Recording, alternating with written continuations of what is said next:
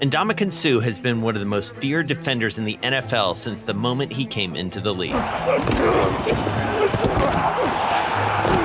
When I'm on the football field, I'm in between those white lines, my job is to piss everybody off. And so if I don't do that, I'm not doing my job. At 6'4" and more than 300 pounds, Ndamukong Suh has done his job in the NFL for 12 years now. Sometimes, maybe too well. He got, frozen feet and didn't realize he was stepping on my calf. He also stomped on one of my teammates at one point. He's been, in my time, one of the most dominant three techniques in the game. And I understand not everybody's gonna like me, and that's okay, but I guarantee the people that don't like me don't know who I am and haven't even taken the time to get to know me. After spending a few days with Ndamukong here in the rainy city of Portland, I've gotten an insight into a soft-spoken, native Portlandian, family man, restaurateur, and real estate investor who's endeavoring to have more impact with his businesses than he's had against quarterbacks in the NFL. It's a simple concept of I don't want to be at the top of the pyramid or be amongst the 1% and be there by myself. I want to bring other people with me that are like-minded and you want to work with them. And when you have the opportunity to help other people at the same time, it's a smart business decision. Why not create both?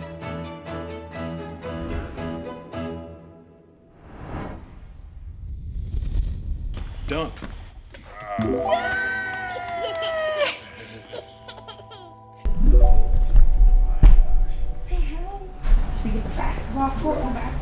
Kinks is more of the observer You ready? and analyzes before he dives in, and Kari's full throttle right into it right away. They don't go anywhere without each other. A few times that they have, they're trying to figure out where the other one is. And I have twin sisters and I have twin cousins.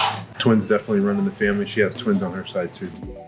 For someone who is so single-minded on the field, seeing Suh in his native habitat, it's a bit startling. And not just because he's a dad. From his home office bouncing from Zooms to calls to texts, he's methodically creating an empire. It includes investments in tech companies like Quip and Ember, and hospitality investments, including restaurants in Portland and beyond. But the primary focus for Suh has been real estate. Over the past decade, much of his investments have been focused on multifamily and commercial projects.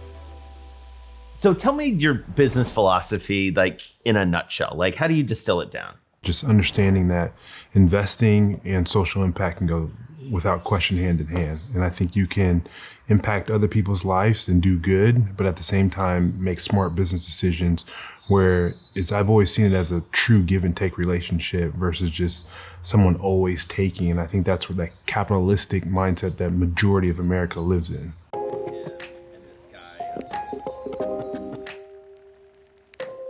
It's a short trip from where we're sitting to see where Suh came from. His home in the off-season is here in the IRVINGTON district of Portland, and his house is only a few streets away from where he grew up. This hoop's been here for ages. Oh my gosh.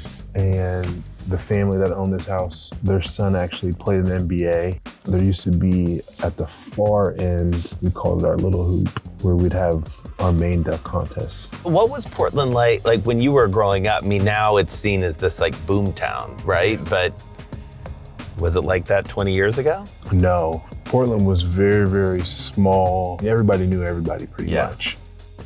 Growing up in Portland, Suh was surrounded by sports. Nike's headquarters was just 20 minutes away, and he still works out there when he's home.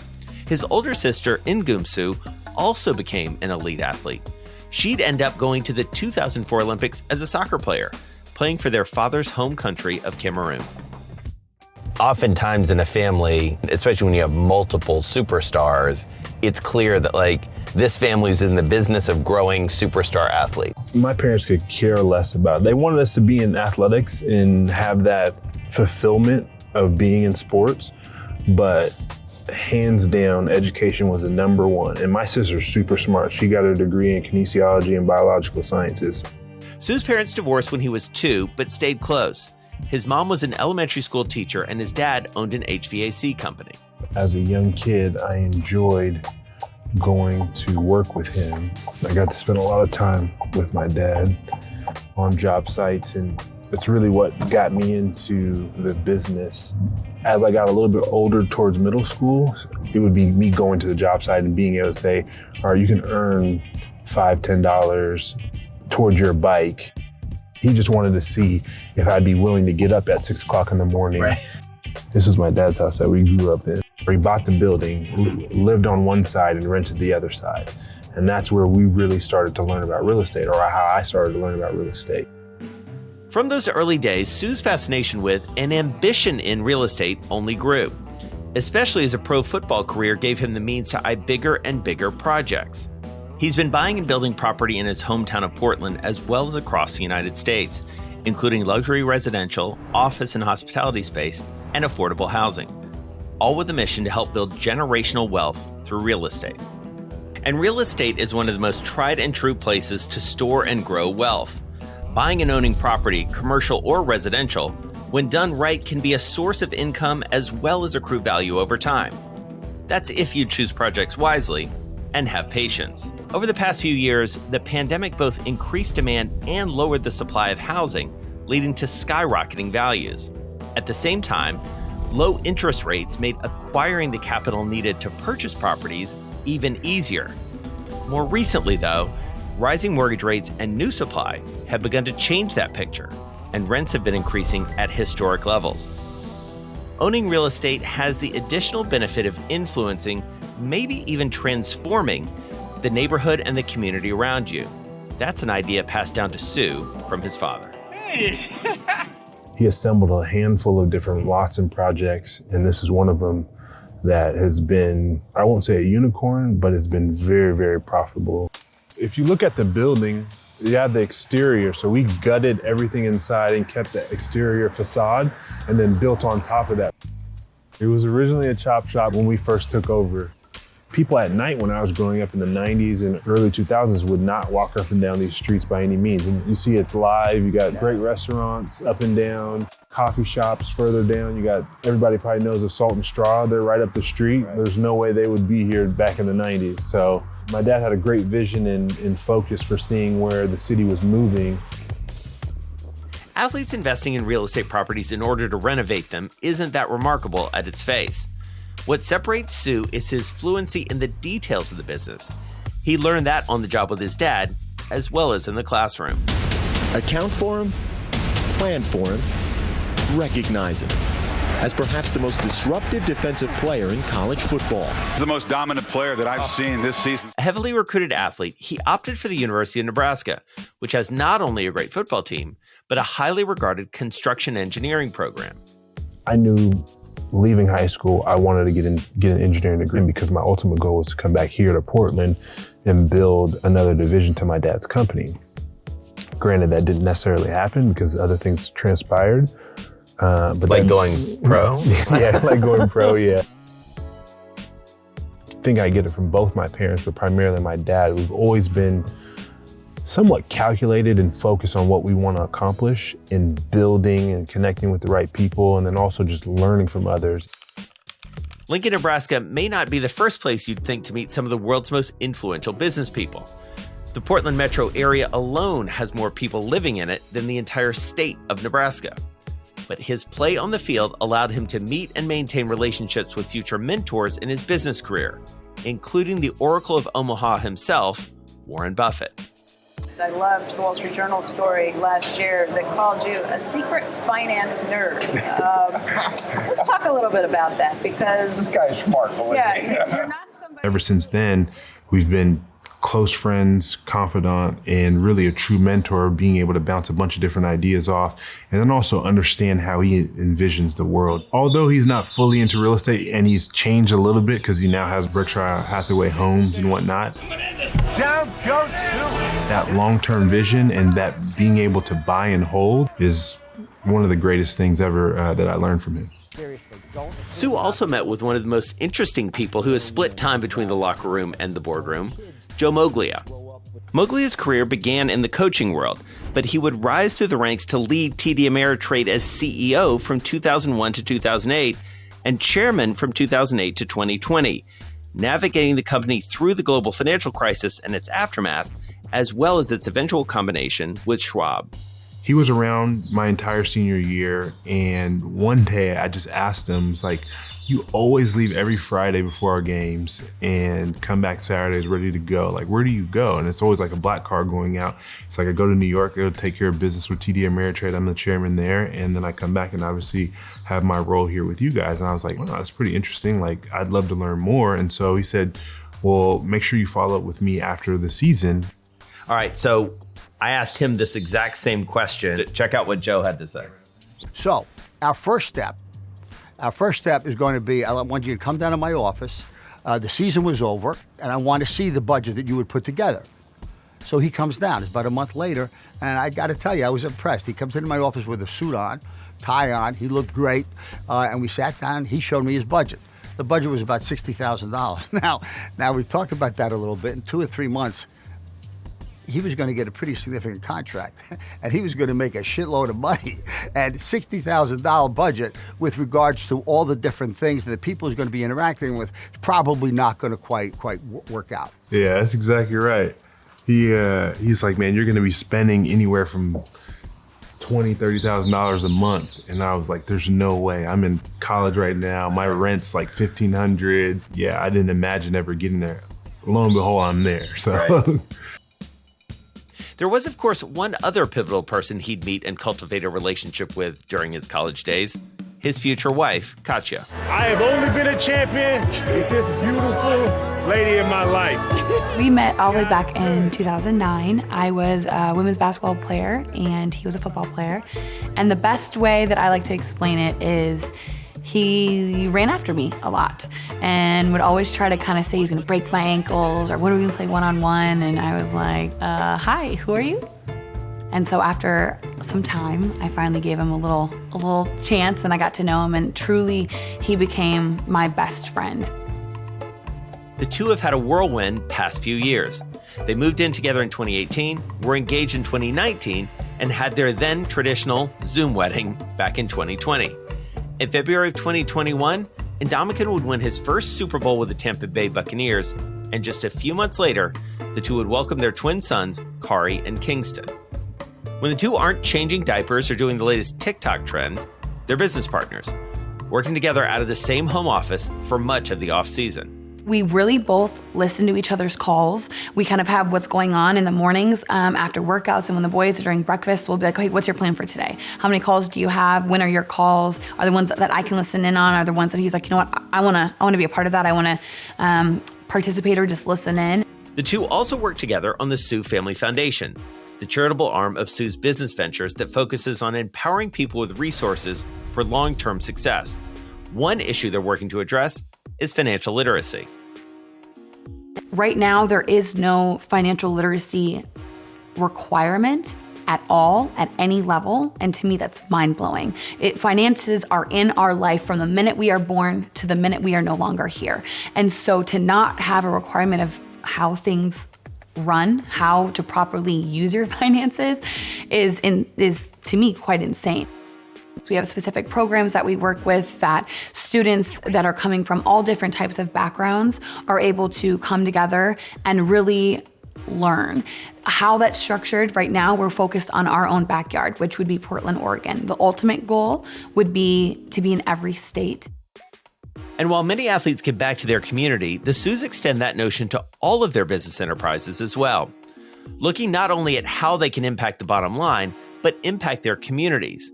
And one of those spaces has been restaurants.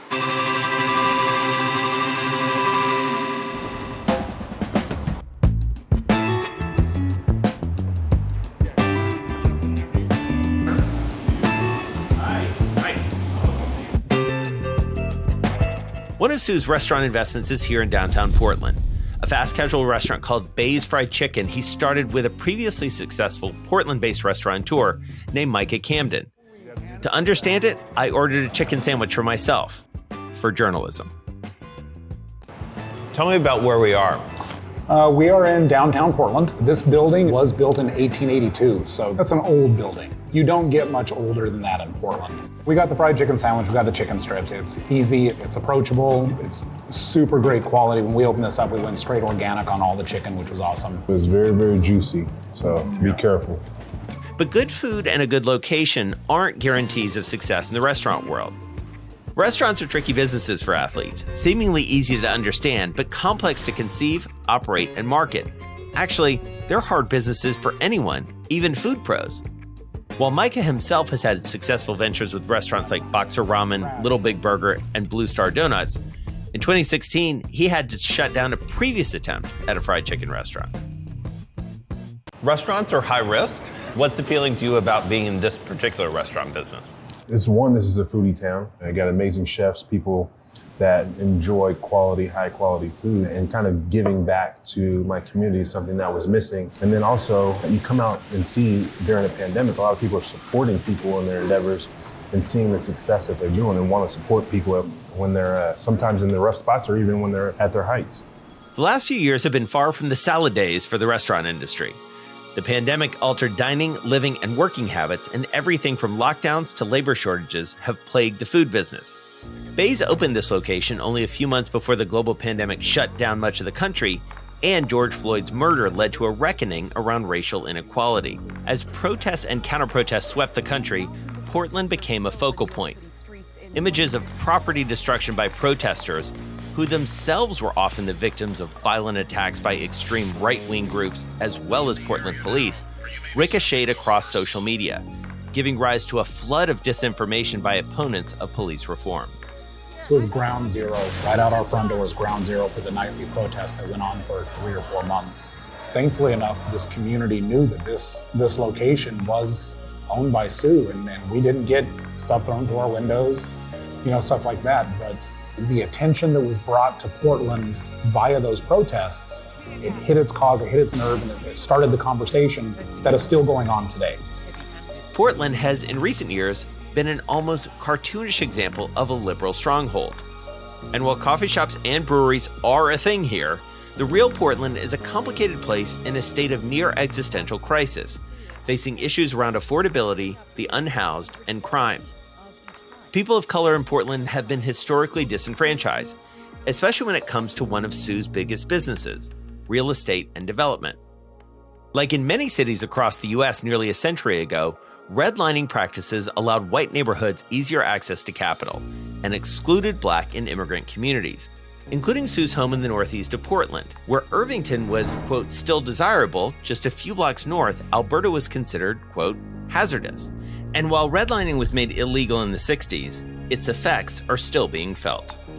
Investment in areas like Alberta, where Sue and his father bought a property, have helped revitalize neighborhoods.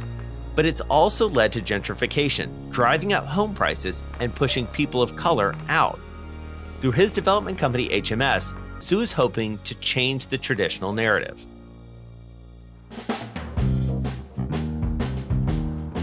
We are down on Alberta, further down from where we were at before, but this is 30th, where we are creating Alberta Alley, which is going to be a nice collection of BIPOC type of restaurants.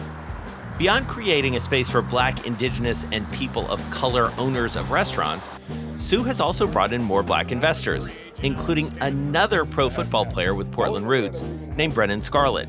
We went to take a look, but as you might expect, we had to go inside. Let's go inside. I know we got our Portland bad weather right now. And get out of this Portland rain. Right now, Alberta Alley is still very much a work in progress, but the intention is to create a space for multiple restaurants and eateries in a communal, alley-type experience. Currently, they're working to bring a Latino-owned expansion of Papi's Chulos and another BAES fried chicken location to the space. You guys are native sons, sort of putting a different mark on this city. Tell me about, your process of being an owner and not just a participant, or not just a customer to some extent. Yeah, Portland's an interesting place and has a long history of racism, of marginalizing certain groups. Like the house that I grew up in, on the deed it says that a Black person couldn't own that house, right? But my dad, purchased that house back, in the 90s. Right now you think about purchasing commercial properties like this, right, under Black ownership, and then also, the cycle of having tenants here and being intentional about having tenants here that are represented that may have historically not been able to have an opportunity to be represented. When I grew up here, it was predominantly a black neighborhood and a lot of different people just kind of starting out their businesses here that really in the BIPOC space. And so a lot of gentrification moved those things out and brought up new developments and not really looking for a way to bring those people back in. And so this is an interesting way to fold them back into having that opportunity of kind of getting kicked out and now coming back and hopefully being successful and finding ways to help them be successful. We have a very altruistic view when it comes to our real estate endeavors and have multifamily units and be able to create them in mixed-use developments. I think one of the most things I'm going to be proud of as we're getting this journey and started is our Ally Project Attainable Living Initiative, where we really want to have the ability to afford attainable living for everybody, and we're starting here in Portland. There's never been a greater need for housing, and yet it's almost impossible to get housing done and developed. Sue's partner at HMS is Joel Anderson, a third-generation contractor and developer based in Portland. And while the two have developed a portfolio of everything from high-rise residential to industrial, one of the common threads is their vision of the social impact real estate can have. Both Sue and I have been very fortunate and worked very hard. Some lucky bounces that went our way. And there's a whole bunch of people that we interact with in our communities that just didn't have those same opportunities and have never had access to invest in commercial real estate. While real estate investments have been a great place to store wealth, the recent housing market has left many unable to participate, especially when it comes to BIPOC communities. And I think one of the ways that we can do that with alt cap, as we call it, is giving them the opportunity to not only pay rent and understand those different pieces and keep it afloat, but also give them an opportunity to be a part of it. And one thing you know about people, when they have ownership into a building, they take care of it that much more better. Affordable housing, which about half of Americans say their community lacks, is a hot-button issue long freighted with racism. Some say they oppose it over perceived increases in crime, erosion in the tax base, and increased traffic. Sue and Joel believe they can ultimately flip the script by better knitting residents into the community economically by affording everyone a stake. Altruistic capital, alt cap, its very intention is to bring people in that have been excluded. If we take an accredited investor, somebody, and say, okay, you're going to invest $100,000 in this project, they go, yes. We go, but you're only going to get credit for 95% of that. And $5,000 or 5% of your investment is going to go to a nonprofit alt cap community reinvestment fund. And we say to them now, okay, you can participate from $500 to $5,000, and for every dollar you invest, we will match you through the alt cap reinvestment fund dollar for dollar. And so if you have somebody who invests $500, they now have a $1,000 investment into this project. They've effectively doubled their return. It may seem complicated, but Joel and Sue believe that programs like alt cap can give people who've long been excluded from real estate an attainable investment option. While some investors might balk at giving up some of their economics, proponents of this shared ownership believe it's long overdue. If we can get real estate transactions to include everybody, you're talking about $1 trillion industry that has the ability to engage everybody in a micro fashion, earned at a disproportionate rate, you can transition the wealth of our country in short order. Of course, undoing centuries of economic disparity and systemic financial bias, that's a long game. For Sue, it's his life's work, and he'll be able to devote even more time to it once he leaves the game of football. When you leave the league, how do you think about the idea of transition, especially given everything that you've already done in business? Yeah, the transition's a difficult one for me. I look at it consistent and have over the last couple of years from a standpoint, especially since the boys came into my life. I want to spend as much time with them and not miss out on things. How do you balance like the economics versus the emotions? I mean, this is a deep analysis. This is one of the most important decisions you'll ever make. I think the analysis is very straightforward. It comes down to numbers in a lot of ways, but then also just, do I believe I have more to offer? Without question. And do I aspire to be in the Hall of Fame? No question. Do I want to do that at the cost of not spending time with my kids, not being around my family? Timing is always going to be key to that. We've got a good process with me and the wife. I lean on her a lot, and I think she has a good telltale to give me some different things to think about. And she always says, it's ultimately your decision, but I truthfully know it's both of our decisions.